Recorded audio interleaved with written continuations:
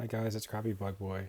I was a bit skeptical about getting the Switch 2 Pro controller, so I kind of looked up like what was the best budget option, and I came up with the 8bitdo Ultimate 2. So this is just a side-by-side comparison of the Switch 1 controller, which I was originally using, and then the 8bitdo. So I didn't really have like a coordinated like regimen for both of them, so I'm just kind of freestyling on both controllers, seeing how they feel, trying out their squid rolls, trying out the substrafing, and of course the gyro. They both feel. I'll just let the clip roll.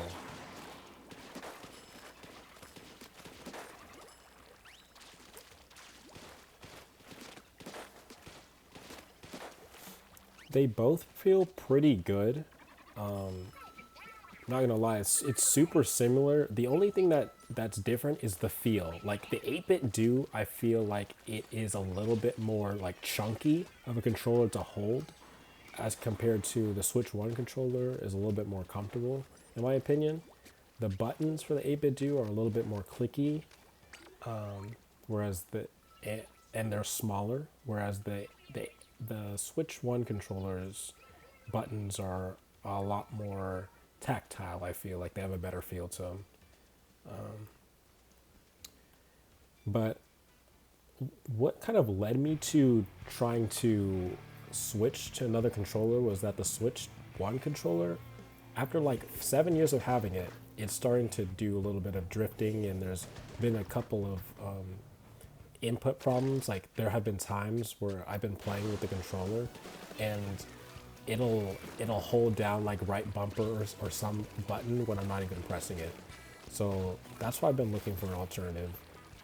And the 8bitdo was like it was the best option for me because I didn't really want to get something like the Switch 2 controller because it's honestly very expensive for me. Like this one was like this one was more my budget range. Considering I'm going to be going to college in a couple days, and I was just trying to find something to be able to be like not too expensive, but also very reliable as well. You know, I'm just a broke college kid that wants to enjoy video games right now, and honestly, the Switch 2 was enough money. So I wanted something that was reliable and also has a lot of longevity to it. And the 8bitdo was like, had the best of both worlds when it came to that.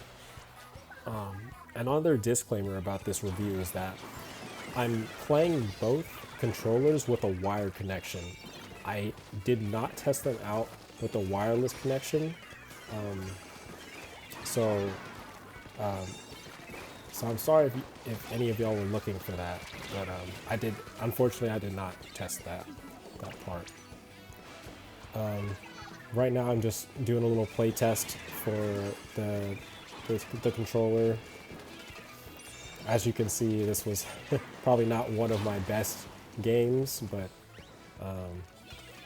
you know, we'll get through it.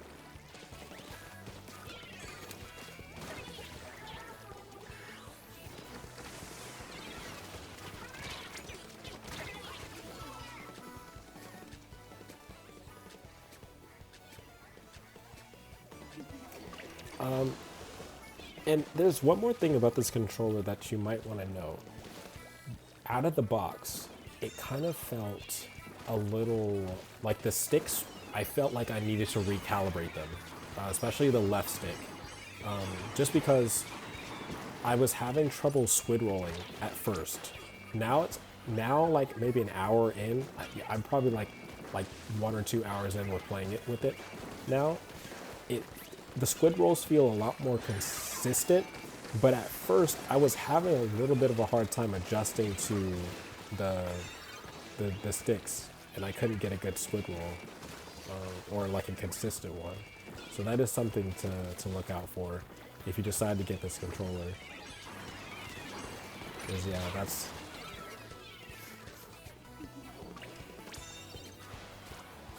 that is literally the only drawback with the Switch One controller is the sticks.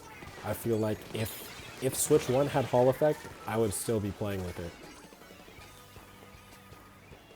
Hall effect or TMR. Just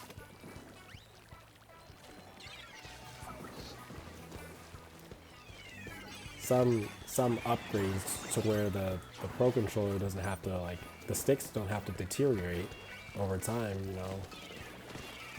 Even if it's slow deterioration, it's gonna happen one of these days. And so that's what and that's why I tried to get the 8bitdo, is because I wanted something that was gonna last me like 10 years, something really long. Like, I don't want to be able to, I don't want to have to keep getting another controller like every year.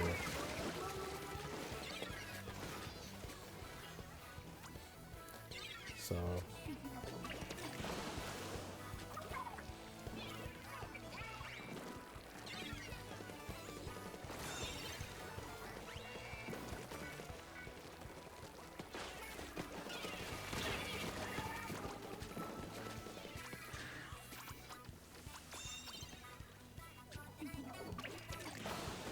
So yeah, I guess this is my cue to shut up.